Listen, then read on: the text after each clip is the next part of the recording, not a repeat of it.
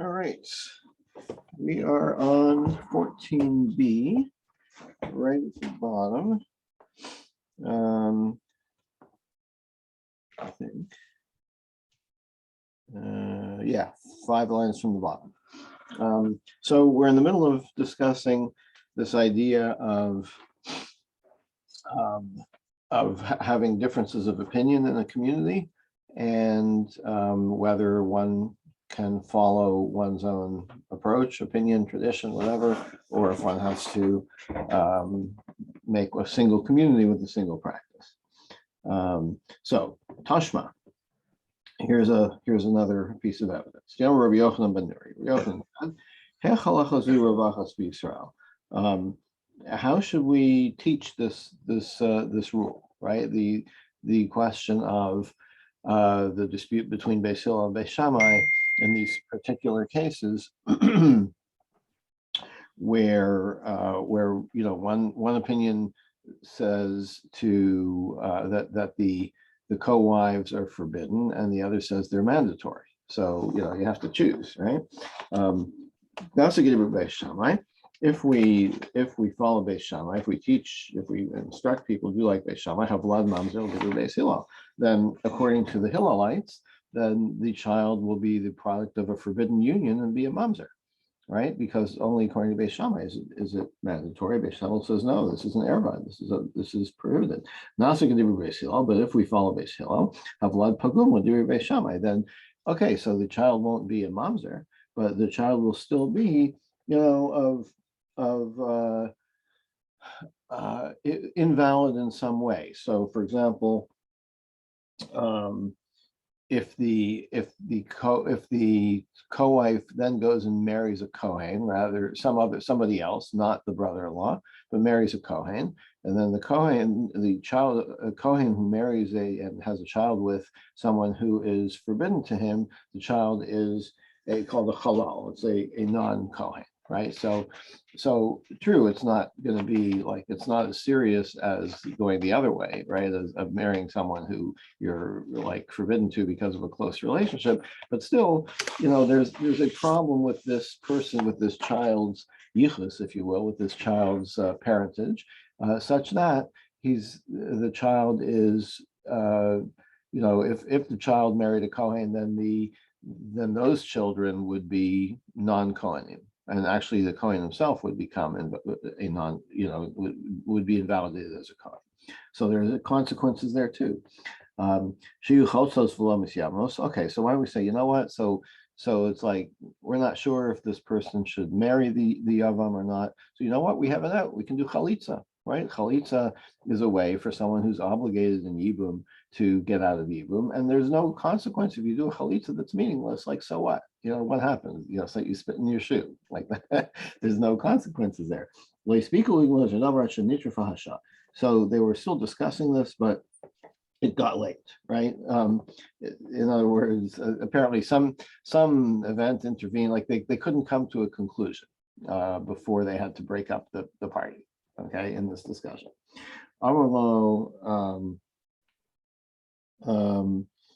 So this seems like a good solution that they had, right? That okay, so let's make everybody in this situation do chalitza, but they couldn't kind of rule on it. They couldn't disseminate the solution. It seems a rather obvious solution. Rabbi Shimon said, so, all right, so you had a good idea, but what are we going to do with the people who have already been in this situation, and we chose one way or the other. They married, or they did Yibum or did not do Yibum, and then married somebody else, presumably. What are we going to do for them? It's too late to do chalitza, right? So what's the solution there? So now, so what we're really getting at is, did Beis Shammai practice according to their own opinion, or did they knuckle under to Beis Hillel? So if you say that they followed their own opinion, so then you have a problem, right? With what are we going to do with the people that practice like Beis Shammai previously, right? What's the solution for that? But if you say that they didn't practice their own, that they practiced according to Beis Hillel, there's no problem, right? Because it's like that there was Yibum was not performed. So okay, so what? Rav Nachman Bar Yitzchak, or Nachman says,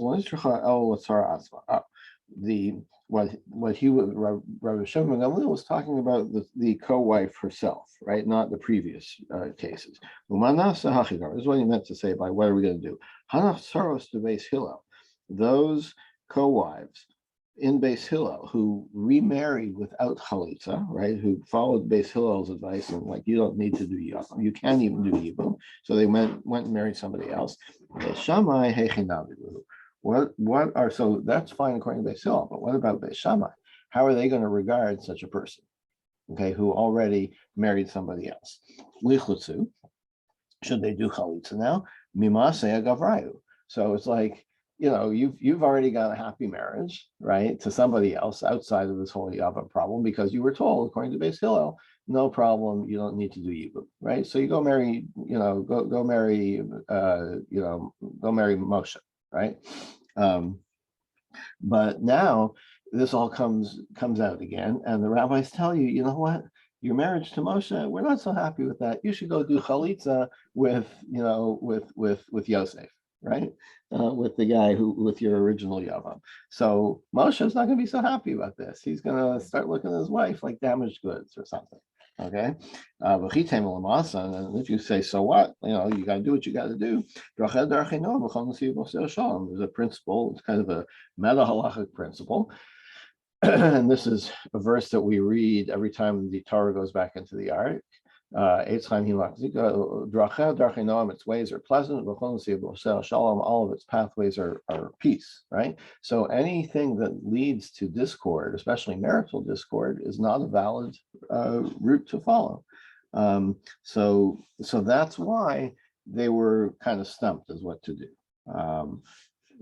So that's why they couldn't resolve the matter. Like even the chalitza solution was not a good solution because if you have somebody who's already remarried, and what are you going to tell them to do? You don't want to tell them to do chalitza because that would introduce some discord into the marriage. So that's really a conundrum. So there's no solution yet. But the point is, what we're really after is, did Beis Shammai practice their own or not? Okay, so there's no proof in there because you could explain it either way. Tashma, here's another case. Yamar Tarfon. Tarfon says, Te'evani masai tavot saras habas liyadi basana. I yearn for the time when my daughter's co-wife will like become, I will become the Yavam to my daughter's co-wife. In other words, like it's pretty odd, but like if only my son-in-law would die, then I would have the opportunity to demonstrate my strong opinion that even though I can't obviously marry my daughter, but I can still marry her co-wife, right? Okay, so which is the Beis Shammai opinion, right? So this would indicate that if you hold like Beis Shammai, you practice like Beis Shammai, right? He's saying like I can't wait until I can, if only I can have the opportunity to demonstrate my opinion by following my opinion. So Gemara says, no, that's not really, it means Ema va'asiana, not that not that I would marry her, but I would marry her to somebody else. In other words, I would be like Beis Hillel, and I would say, you know what, this co-wife has no obligation to me because she's a co-wife of my daughter. So according to Beis Hillel, that lets the co-wife off the hook altogether. So it's clear that she can marry somebody else. So I would love to be at that to be at that wedding, to marry somebody else and demonstrate like Dov, when did the co-wife situation stop? More or less. In practice. So I think like the 11th century, there was a personality by the name of Rabbeinu Gershom, who was called Gershom Or Hagolah, the light of the exile. So he was like the leading authority of his time. And he stopped that. He stopped that. But interestingly, he was an Ashkenazi leader, and that was not accepted or practiced by the Sephardi community. When it stopped in the Sephardi community, I'm not sure. That's a great question. I think there's still some pockets, like maybe not anymore, but like maybe in some Arabic countries before, before they were all pushed out after the founding of the state of Israel. I think perhaps like there was pockets in Yemen. I'm not sure where exactly, but there were some cases of people who came to Israel in the 1950s with with two two wives. wives. Yeah. Yeah, I read about that. Yeah. Yeah. I don't know what the what the response to that was, but I think it's universally practiced now. So I don't know when the Sephardim really universally accepted that, but for Ashkenazim it goes back to the 11th century. Thank you. Okay.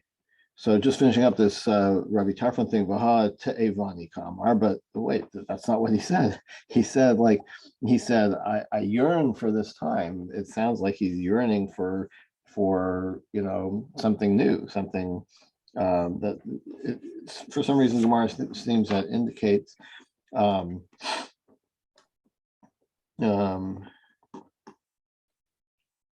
like that happens all the time, what he's saying. Like, if only I could have the opportunity to do this. Well, that's how everybody practices, right? Not that it happens all the time. It's obviously a rare case, right? But like it wouldn't be so special for him to do basically to attend this wedding that everybody would have attended, right?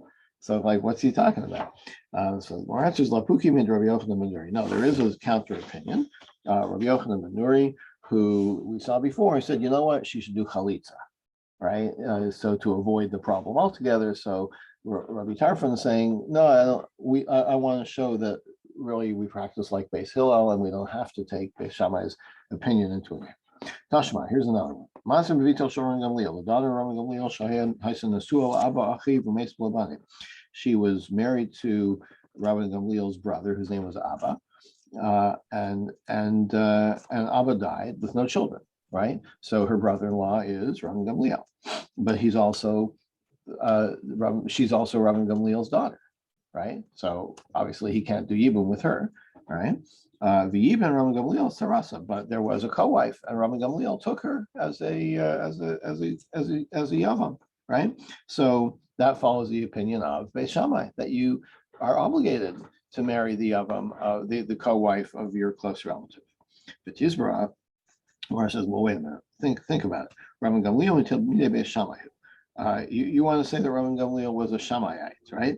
Elashani bito shel Rabbi Gamliel the island is but no. So first of all, the Gemara is rejecting that. Rabbi Gamliel was definitely from the house of Hillel, right? He was a descendant of Hillel.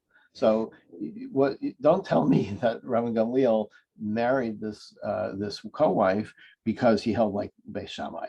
That couldn't be. He's a strong Beis Hillel. So why did he actually marry her? Doesn't Beis Hillel say that the co-wife is forbidden?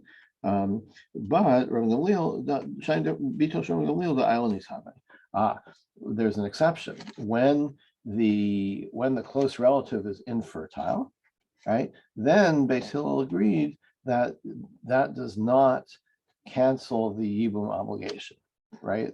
This is an exception that if the close relative is infertile, cannot have children. And remember, the whole point of the whole yibum thing is to produce children, to maintain or to carry on the dead brother's lineage. So even Beis Hillel would say in that case, you should marry the co-wife. And that's why Rabbi Gamliel did that. But Gemara says, wait, how many did Sefer? But the end of that passage says, others say that that this was the case, that she was infertile, right? Because it says that others say that. So the Tanakama, the first statement, clearly did not think that way, right? So how is it that Rabbi Gamliel, if he was a scion of Beis Hillel, and his daughter was not infertile, so he should have followed the opinion of Beis Hillel that's why he married the co-wife, because he followed his tradition of Beis Hillel. So my answer is hikar below, hikar ba. The difference is,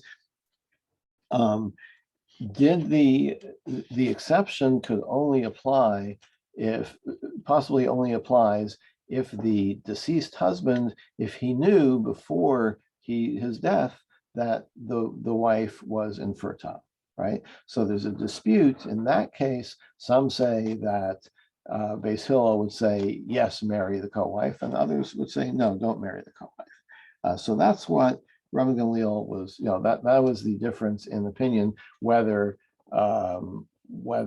the deceased husband had known that the wife was infertile. Okay. Or you could answer,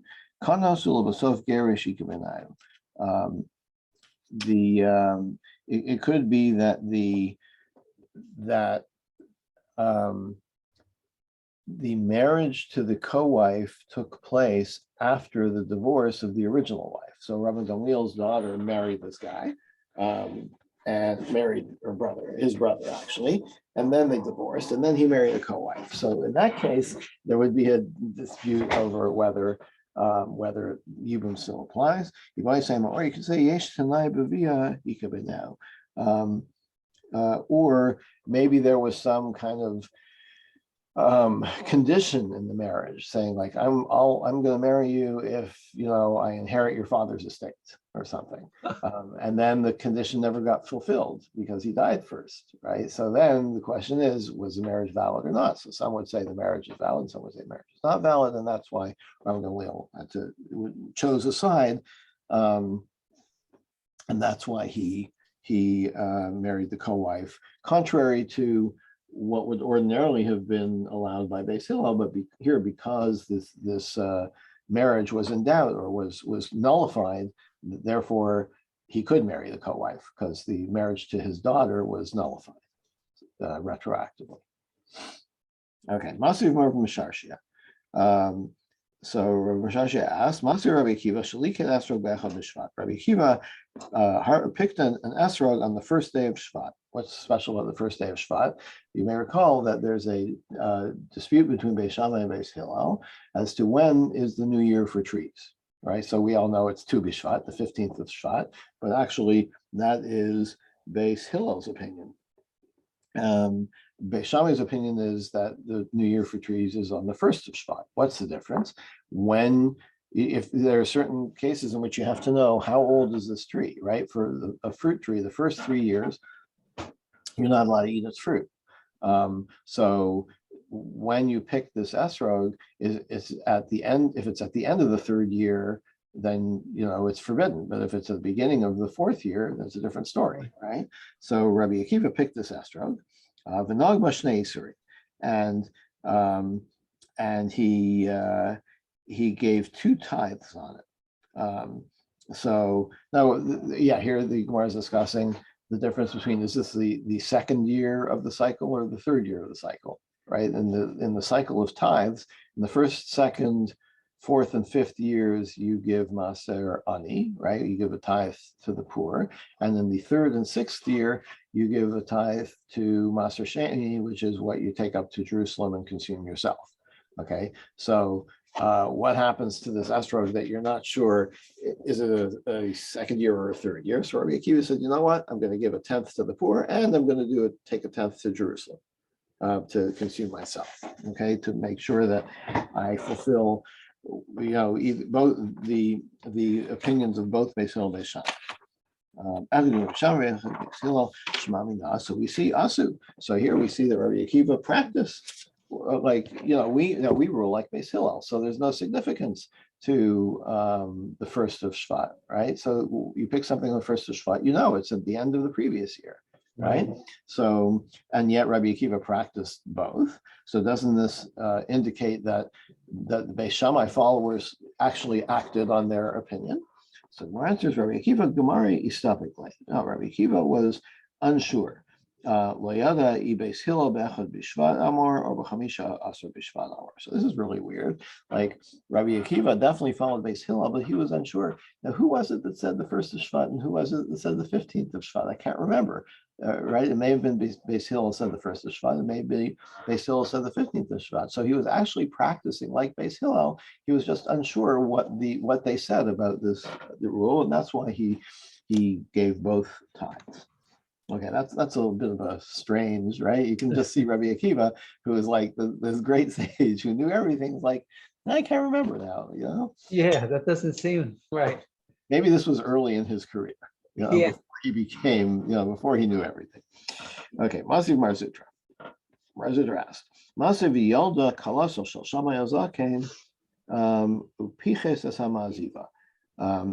So Shammai's daughter-in-law had a baby, and it was Sukkos, and so she's, you know, recovering from the birth with the baby, and he like opened up the roof above her bed, and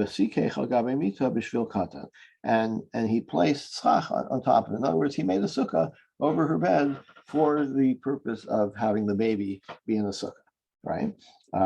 So that is a you know, that's clearly a Shammai thing. Like, we don't rule that a baby has to be in the sukkah, right? But Shammai apparently felt the baby does have to be in the sukkah, and he acted on it, right? He actually did this. Shmami Na'asu. So we see that Shammai did act in accordance with his own opinion. So more answers. Ha'ora Omer La Pushe Avir Kavid. No, so so here we're taking the approach that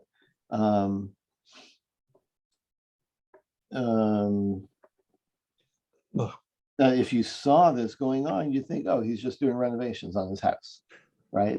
He's not making a sukkah. Okay. Like the whole point of, you know, following only one opinion is to have one community and one practice. But if you're doing it in such a way that nobody knows or no one can recognize that you're doing this because of your opinion, it's just that you're doing some home renovations, then it's fine. There was like an aqueduct called the Aqueduct of Yehu. And it was connected, so you have like a running water aqueduct, and it is connected through a pipe to a mikvah along the way.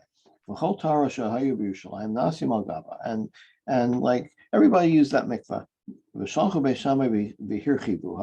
And Beis Shammai actually had the pipe that connected this to the source of water, widened the pipe. Because Beis Shammai's opinion was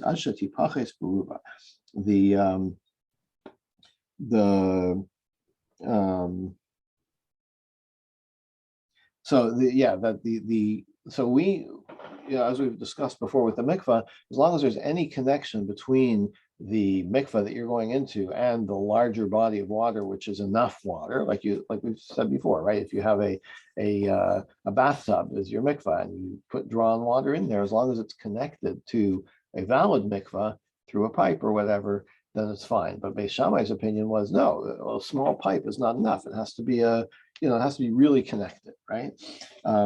So here we see that Beis Shammai insisted on widening the pipe. Wouldn't that be because they were actually following their own opinion? Utna, we have a Mishnah. Eruv mikvos kishvaferas hanod b'olvio v'chalala. If you mix water to two mikvahs, you can do it with just a tiny hole, right? B'shtei etzbos chazros l'mkoman. How small can it be? Basically, for two fingers to stick in there and turn around, right? So shmami na'asu. So we see that a small thing was not enough for Beis Shammai. He had to make it wider, and he actually did it. My answer is Hasam Haromer La Pushe Maya Hudakavi. Again, it's like you would see this work going on, and you're thinking, oh, you know, they just want, like, maybe we're looking for it to flow the other way. Like, there could be some other, I don't quite understand what the idea here is, like why you would be widening this connection, but maybe like the water flow isn't good enough, or, you know, you think that you're just improving the water works, not that it's, not that you think that the mikveh is not valid and you're trying to make it valid. Tashma, here's another case. Rabbi Elazar says, when I was studying Torah with Rabbi Yochanan, I saw I saw him eating like dry bread and salt during a drought. So I told my father. that he's in hard times. He can't afford proper food. Amrli holich lo zaysim. My father told me take him some olives. Well, I brought him olives. And he saw that they were like damp. So as we've said before, if the olives had come in contact with water, then they were susceptible to tuma. So Amrli ain't zaysim. So he said, you know what? I don't like olives. I don't eat olives. Basi Vadati Savai came home and told my father. Amrli said, Lecha Marlo Chavis Nikuva Haisa Al Muha Shemari. Tell him that tell him basically that the olives are tahar. Like I see through your ruse here. I know that you'd be very happy to eat the olives, but you're afraid that they're tame. So explain to him that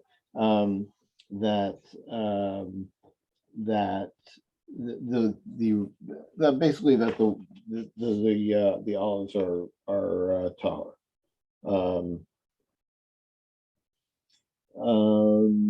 Utnan, and we have a Mishnah. Why does basically saying that it was a perforated barrel, and the olives plugged up the holes. So what does that have to do with anything? The Mishnah says if you have a barrel of olives that are softened already, right? When olives grow on a tree, they're very hard and they have to be cured and softened up.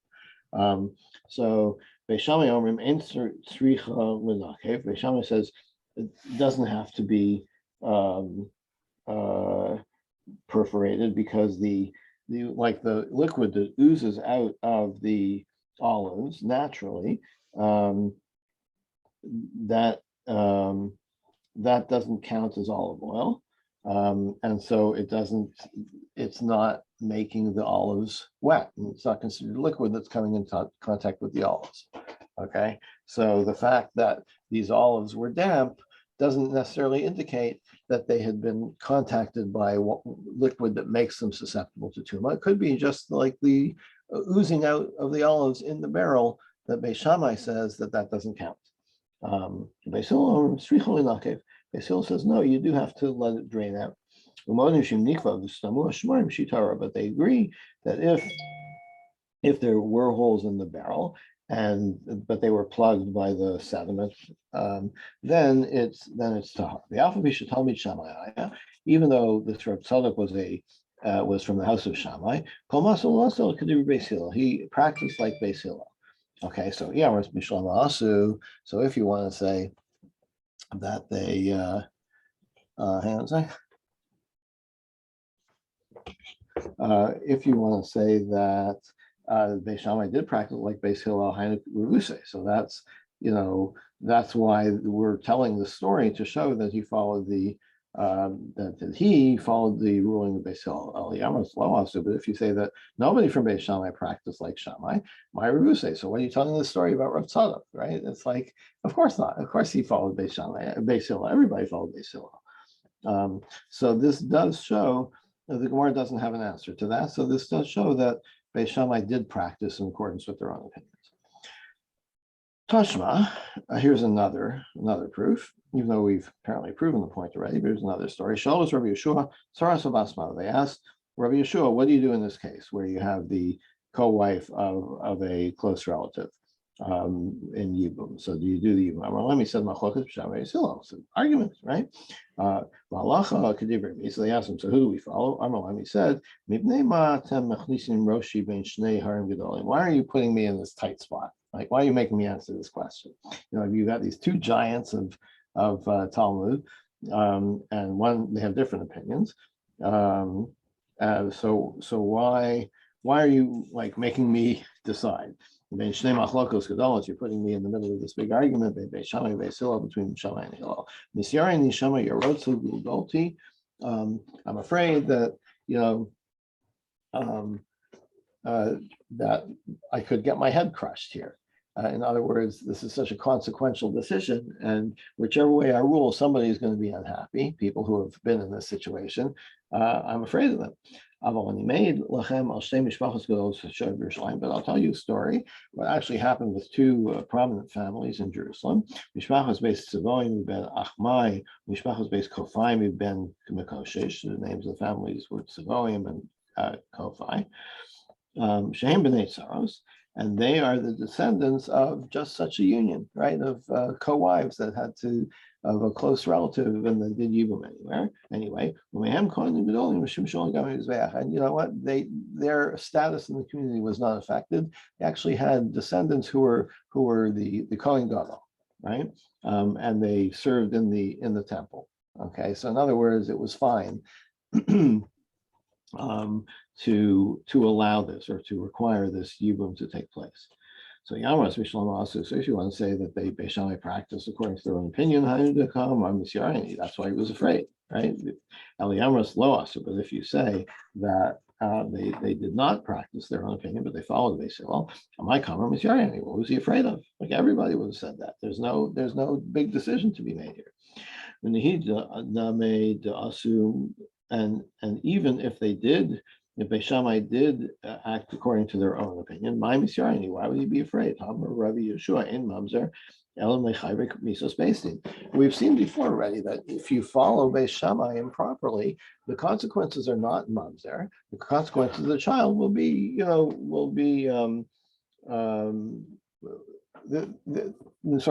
consequences are not mamzer because Rabbi Yeshua's opinion was that a mamzer is only from a union that is subject to the death penalty by Beis Din, which is like an adulterous woman, right? But these close relationships, while they are not permitted, but it doesn't produce a mamzer, right? The children don't have that stigma.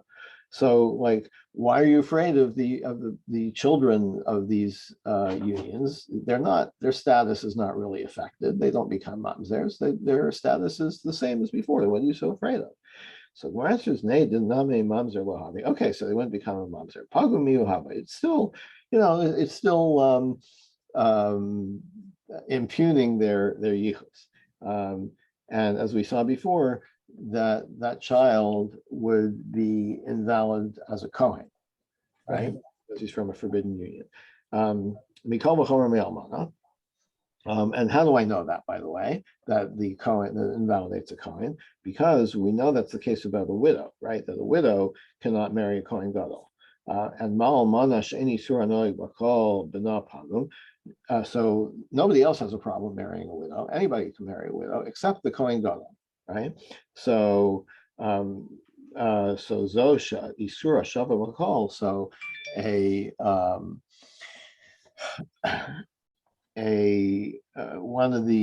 someone who is a co-wife of a close relative, and if you say that she's not permitted to marry anyone else, she has to do yibum. So if she does marry somebody else, she can marry nobody else, right? The rule against her marrying somebody else applies to everybody, right? Not just an individual Kohen Gadol. So therefore you would so if the Kohen Gadol who marries a widow, if his child is disqualified from kahuna, so somebody who gets married who is not allowed to marry anybody, that child should certainly not be a Kohen. Okay, so that's why he was afraid. He was afraid of possible disqualified Kohen attacking. So now the Gemara says, well, wait a minute, look at that case again. Kabo Minei Tsaros, they asked him about co-wives of the era, like what are we gonna allow the Kapashi who B'nai Tsaros? And the case he brought was, you know what, this happened before and the children were fine. He's like, that doesn't tell me anything about whether it should have been done in the first place. Like, sure, their yichus is fine, but that wasn't the question. The question was, should the woman be subjected to yibum or not? So more answers. Second.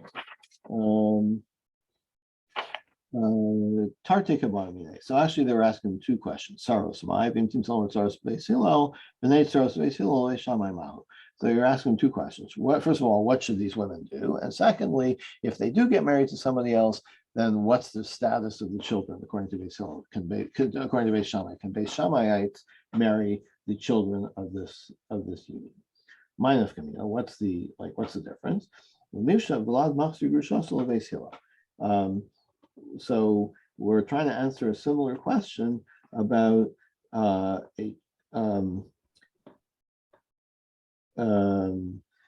if the okay, if this Yavam marries the co-wife, okay, and then what happens if he divorces her? She marries somebody else, and then they get divorced, and the first guy takes her back, right? So generally, you're not allowed to remarry an ex-wife who's been married to somebody else in the interim, right? That's called machzir grushaso, someone who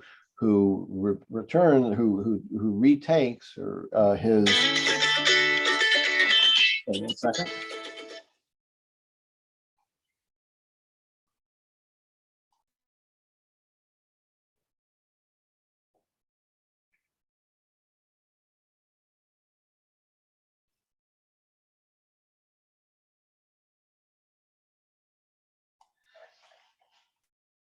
Okay, sorry. So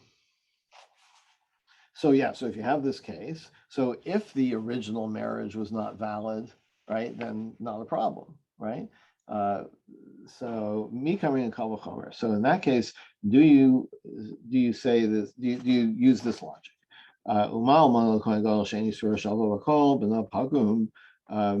Again, turning to the widow marrying a Kohen Gadol. That's just an Isur only for the Kohen Gadol. She's permitted to marry anybody except the Kohen Gadol. But not pagum. Nonetheless, the child is not valid as a Kohen anymore. Here's a woman. It's like everybody has this prohibition of taking remarrying the ex-wife once she's been married. I keep saying this, but it's because, like, if you divorce your wife and then you remarry her right away, that's okay. It's only if she's been remarried in the interim to somebody else. But okay, but I'm not going to point that out every time. So someone like remarrying your ex-wife, which nobody is allowed to do, in a din shabbat pagum, so that child should definitely be disqualified from the kahuna. Or maybe that's not good logic, because in the case of the widow who marries the Kohen Gadol, so she, even if she had originally been married to a Kohen, and so she could eat truma, but now by breaking the rules and marrying as a widow, marrying the Kohen Gadol, she's now disqualified. But the case of but a remarrying your ex-wife, that doesn't disqualify, you're not allowed to do it, but that doesn't disqualify her from marrying a Kohen in the future. So maybe it's not the same. So what we'll resolve the question by analyzing what Rabbi Yeshua said. Soros misyarayani. I'm afraid that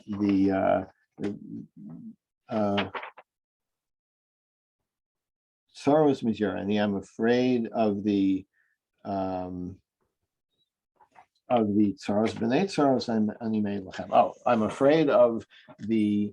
So I can't. So they're asking two questions, right? They're asking, what should we do about the co-wives? Should they have to marry the yavam? And what about the children if they do get married? So he's saying, you know what? I'm not going to ask you about the tsaros about the co-wives, because I'm afraid of them, right? But I can ask you about the descendants. If this happened in previous generations and they're now descendants, that's fine. That I can answer you. Okay. And okay, let's just do this last piece. Bimei Rabbi Dosa ben Hyrcanus, in the days of Rabbi Dosa, Hutrot Tsaros Abaslach. They decided that the co-wives of this close relative of the daughter, they did permit that yibum to take place. Shmamina asu. So we see that this is a Beis Shammai opinion, and they actually permitted it. Shmamina. This is the final proof the Gemara has that Beis Shammai did indeed practice according to their own opinion. So that whole section was, I think we all found it very interesting. You know, this idea of how do you maintain one community in the face of different traditions, and indeed we see that there is a basis to have different practices. We did see yesterday that it may be that it may make a difference if there's two communities in one town, like two courts in one town, or as opposed to just one court with different components. So it's not entirely clear, having gone through all this, what the way to practice is, especially in contemporary times, as we noted, you could consider the whole global community might be considered one big village. So that's, above my pay grade to decide that, but it's interesting to go through the exercise of thinking about it and how this plays out in practice, or how it should play out in practice, and what is the definition of a community. And tomorrow we will pick up. I think we're still going. We're still in this practicing like Beis Shammai or Beis Hillel, so we'll continue with this tomorrow. Thank you, Doug. Have a good day.